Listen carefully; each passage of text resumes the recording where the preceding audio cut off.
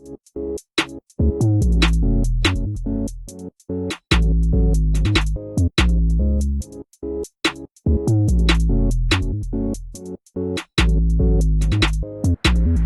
everyone, my name's Liza. Hi, my name's Taylolu. I'm King. Hi, I'm Teal. So today's provocation for the podcast is failing to prepare means preparing to fail. So Groundbreakers, what are you saying? I'm saying a lot. Basically, planning is number one in everything. But without planning, you have to have an idea. Like sometimes you don't get an idea straight away, innit? You have to think more or less, what you're trying to do. So put yourself around things that you're trying to do. So, in a sense, Yeah, so like planning, like if you don't plan, you're not going to have any direction. Like you need to know where you're going, but you also need to know how you're going to get there. Because if you just have the destination without a plan on how to get there, you can become overwhelmed because without breaking it down, it can be too much. Yeah. So like you need to plan, otherwise you could fail.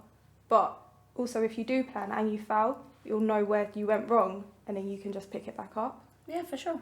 You see me that I bet that I overplan bears in it, so I'll end up not following my own plan. So I feel like if you're gonna plan, don't like plan for everything. Like plan for the things that you know that could go wrong, and plan for the things that you know that if it doesn't go like that, I have at least this I can fall back on. Because like I feel like plan it extensively. You never know. Like with lockdown, it couldn't happen. Like your plan might not always go to plan. So I feel like if you're gonna plan, make sure you have like a simple plan, and then make sure like you have another like a plan B in it, so that if plan A don't go work too good in it, you have plan B. I think that's really important because you can do all the planning in the world, but sometimes there are unforeseen things that might kind of get in your way and sort of make you stumble. And you're right, like COVID is, the biggest global example of that right now. Can you think of a time when you haven't planned properly and something has caused you to stumble? Because I've got loads, but it's not about me. I think like mainly like when I'm going out, because you can have the best plan. So you're going to leave at this time, you're going to leave at that, but it doesn't always work that way. And like times when I've gone out and I don't plan it very well, like you end up not even doing the thing you set out to do because of unforeseen circumstances. Like trains, they're so unpredictable, especially on weekends and things. Like you can't actually, if you don't plan properly, you never know if you're actually going to be able to get there. Yeah. for me, it's more or less like even in the morning, like the night before, I'll plan to go gym at a certain time in the morning, so I could do other things. Like I'll probably have other plans in the virtual, but I'm trying to do my own routine. That says, say I want to go gym and at a certain time. Sometimes sleep get over me, innit? And that's what happens sometimes. You plan something and things don't go the way you plan. What do you do then? Obviously. So what do you do then? I've got 2 ways. So obviously my gym closes at 10. So if I will probably have time later, I'll probably go to the gym then. But I also like a friend of mine gave me an app here, like a home workout app here. That's if I'm bothered. I'm not saying that. I'm not saying that I'm gonna. But like say if I'm still feeling that buzz later on in the day, I'll do it. Or if not, then I'm willing to do it another day. Like it's never over. You know what I'm saying? The days are still going, so it's never over. Just because I didn't do it today doesn't mean I can't do it tomorrow. Should I tell you? This is a secret. No one knows this, but now everyone's going to know it because I'm putting it on the podcast. One of the ways I plan for going for an early morning run. Can't believe I'm telling you this. I actually go to bed in my running clothes the night before. I'm not even lying. The full lot, apart from my running shoes, right? Everything. And then imagine you get out of bed to go for the run, and then you go, I don't want to go. Imagine the shame you're going to feel having to take them running clothes off before you've gone. And it never, ever fails. So you can have that from me. Just wear your gym clothes to bed. I'll be honest with you. I was wearing my gym clothes. And you still didn't go. And I still didn't. And I woke up early. I was just lazy. I'm not going to lie to you. Okay. And it gets like that sometimes. But that's the reality of things, isn't it? And, that's the thing I think about planning for ideas and stuff like that as well, is you've got to kind of, factor in that sometimes it's not the right time, it's not the right climate, you can't be bothered. You know what I mean? And I think that's about realistic planning, wouldn't you say? Yeah.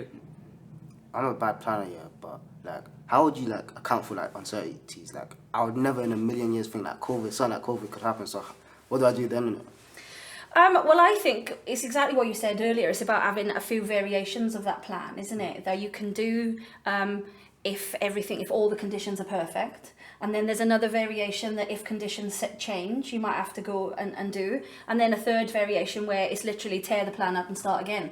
And so long as in your head you've planned for the fact that something might change and I might need to do a completely new plan, even that's planning, sort of. What do you think? Does planning need to be written? What do you think? Nah, most of my plans I don't even write. Like, waking up in the morning, yeah, knowing that I need to get into school by 8:45. That's something that my mum like said. Oh yeah, wake up at this time, then make sure you check the bus at this time, catch that bus at this time, and then hop on and you get to school. And that's something that I do day in and day out. Obviously, sometimes I'm late to school because like, I'm a lazy guy in it, but like, it is what it is, isn't it? I feel like. Personally, I feel like the plans that you can remember off by heart are much better than the plans that you can write down. But it's up to you, innit? I guess that's all our challenges, isn't it? Sometimes getting out that lazy vibe. Like, you know what? I'll be happy if I could just be chilling and £1 million just drops on me. Like, well, I mean, we'll all be happy, won't we, if that happens? If that was easy like that. That but can't be your plan, though, Ali. It can't be your plan. That I'm just going to chill. I was hoping that can be, but like, I'll excuse it for now.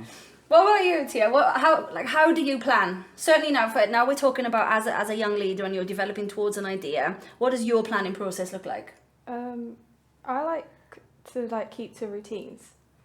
So lots of my plans, I'll have the set things that I have to do every day.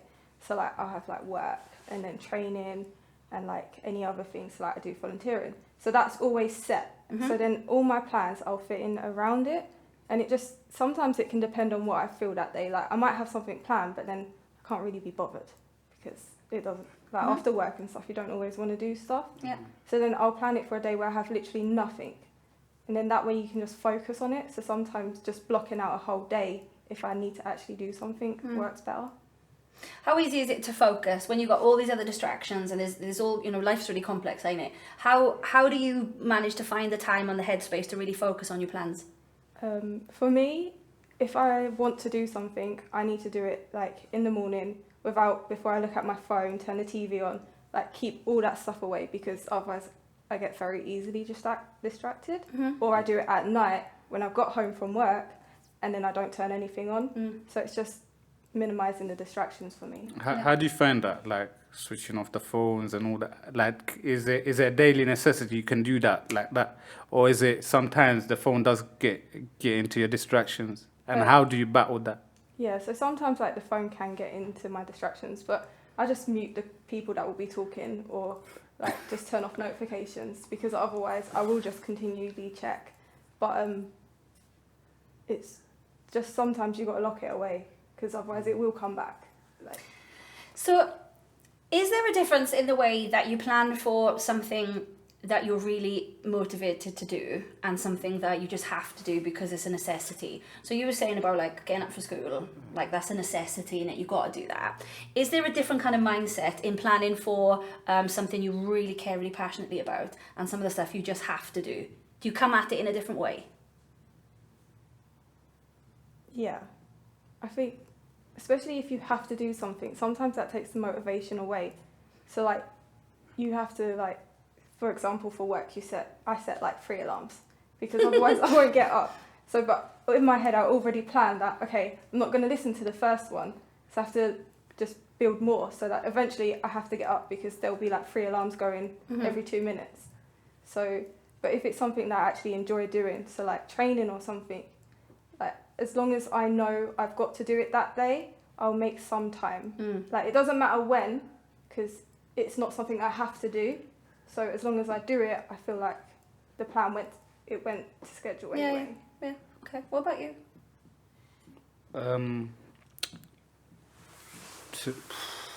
Can I pass this question? Say, what about you? What do you think? I feel for when it's a necessity, yeah, I feel because I know it's not being forced on me, I take more consideration to it. I feel I'll not carefully plan, but I'll plan it to a certain extent where I know that I'm not gonna let myself like drift off from my plan. But when it's forced on me, I'll be like, I take a more laid back approach. I'll be like, oh yeah, don't worry, like I'll do it like later. But, Okay. Or I'll be like, oh yeah, like I have bare time now. I can do it later and then come. But So on that, are you procrastinators, you lot? Are you of the opinion that, you know, you'll just leave it for tomorrow or for another time? Or are you those kind of people that go, no, it's in my head, I'm going to do it now? How do you approach those kind of things? I can be both. So like, if I know I have to do something, it will be in my head and I'll be like, I have to do it now, but that doesn't mean I'm going to do it then. So I leave things to the last minute. So like, I can have something that I know it needs to be done for like 2 weeks, and I'll be thinking about it and I'll have a basic plan. But say if it's like an essay that needs to get in, I won't actually start that until like 2 days before, when I know that that's it, I have no more time. When the I have stress no really choice. hits. Yeah, but sometimes I don't even feel stressed, and that kind of bothers me because I feel like I should be stressed about it. But if I'm not stressed, that's a good sign, because maybe I feel like I am prepared enough to not have to rush. I say with that timing is a big aspect of everything. So say I left something behind, if I have more time to do it in a space of the time that, so say if I say a month, that I have to get that thing done in that month. It doesn't have to be tomorrow, it doesn't have to be today. So sometimes I'll leave it, but there will be a day on that month here where I'll put my whole concentration on that one thing. But I know I need to do that one thing. So in my mind, it will always be in the back of my mind. Yeah. When you gonna do it? When you gonna do it? When you gonna? And that thing there, that annoying bug, is like someone in your ears 24/7, just annoying you. Like, so you have to get it done. And that feeling afterwards is just. It's great, ain't it? Yeah, when like actually it's do the thing. accomplishment, just ticking that out. Even little things like cleaning my bed or something like that. Like, I just want to get home just so I can, you know what I'm saying? Because I had to rush for work and that, you know what I'm saying? Because I was late. That accomplishment after you clean that room as well, that's another accomplishment. It's the same feeling, like finishing what you wanted to do. What about you? Are you a procrastinator? I feel like I'm both. Okay. I feel like I procrastinate more often than not. But it's always a thing like, so like I want to do law for union. Okay. So, and I know I need to do my own now. And I could have done my own at the 1st of September, but I'd be like, oh, the deadline for it is actually January 15th. Like, I actually have so much time. But I'm always telling myself, oh, no, I have to do it by this, like, at least November, so that I know that I have enough time to revise for that, and then I can revise for months after. Yeah. But I feel like if I procrastinate over one thing, it's probably because it's not going to help me or get me closer to what I want to do later on in the future. Okay. Well, that's an interesting point. So you don't procrastinate the things you need to prioritise. Yeah. So how do you go about that? Like in your lives, how do you prioritise the things to really focus on? Like, I know where I want to be when I'm older. I know what I want to do when I'm older. So I have some sort of a plan that I know I need to stick to.